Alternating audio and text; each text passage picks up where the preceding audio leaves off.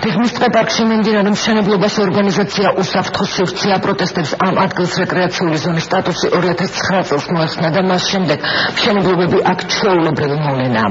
თბილისის მერია პირობას დევს, რომ სპეციალური კომისია პრობლემური მშენებლობების საკითხით დაინტერესდება.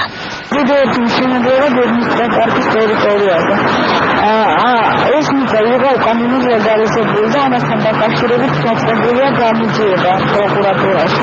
არასამთავრობო ორგანიზაცია უსაფრთხო სივრცის წარმომადგენელი დიღმის ტყეპარკში რამდენიმე თვის წინ დაწყებული საოჭრო ობიექტის მშენებლობის ადგილს გვიჩვენებს. ანა გაბრიაძე ამბობს, რომ მშენებლობა უკანონოა და მწვანე საფარს დიდ ზიანს აყენებს.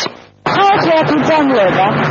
ზე ქვემო საერთოდ სიგინჯინერის სასტიკი. Andres, მათ აქვს ჩამარხული მიწაში რაღაცა ცისტერნები. მინახავს დოკუმენტები, როცა დაღვრილა ეს ცისტერნა პირდაპირ ტყეპარკში. გაუმართავი საკანალიზაციო სისტემა, დაბინძურებული გარემო და შუაგულ პარკში დადგმული საპირფარეშო. ეს დიღმის ტყეპარკის ის მონაკვეთია, რომელიც ერთმანეთის მიყოლებით ჩადგმული ობიექტების გამო გზის სავალი ნაწილიდან არ ჩანს. ამ ტერიტორიას რეკრეაციული ზონის სტატუსი 2009 წელს მოეხსნა და მას შემდეგ სხვადასხვა კომერციული ობიექტების მშენებლობა აქ ჩვეულებრივი მოვლენაა. ჩვენ ხედავთ მილებს, რომელიც აქეთ არის მიმართული და გესმით ხმა. ანუ ფაქტიურად ეს ტერიტორია ამ კალანძრის არსებობის შემთხვევაში იკარგება აქ მინისტრიებს.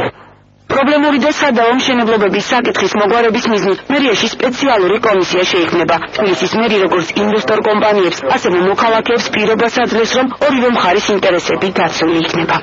არის ცალკეული ტიპის პროექტები, სადაც არის პროექტირების დროს ხარვისები, არის ცალკეული ტიპის შემთხვევები, როდესაც შეჩერებულია მშენებლობები იმის გამო, რომ მიმდინარეობს დავა და კომისია მიიღებს გადაწყვეტილებას, რომელიც არც ინვესტორს დააზარალებს და სადაც ასევე ქალაქის ინტერესები იქნება გამორჩეული.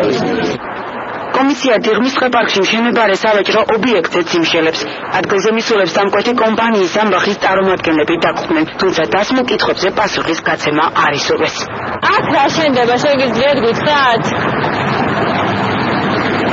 შემოჩნდეს დიღმის ტყეპარკი, რომ მთლიანად ეს ტყეპარკი გავანაშენიანებთ იმგვარად, რომ იქ ადამიანებს შეეძლოთ რეკრეაციის საშუალება ჰქონდეთ. აქედან გამომდინარე გადაწყვეტილება ყველა შემთხვევაში იქნება პოლიტიკური.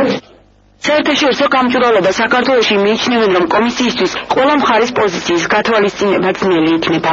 მე ვფიქრობ, რომ უმეტეს შემთხვევაში შეუძლებელია ორივე მხარის ინტერესების თანაბრად გათვალისწინება, ამიტომ მერია უნდა გადაწყვეტოს რა არის მისთვის მნიშვნელოვანი. რომელიღაცა კონკრეტული სასტუმრო, კონკრეტული რესტორანი თუ ქალაქის დიდი სარეკრეაციო ზონა. მერიის სპეციალურ კომისიაში საკრებულოსა და ეკონომიკის სამინისტროს წარმომადგენლები შევლენ.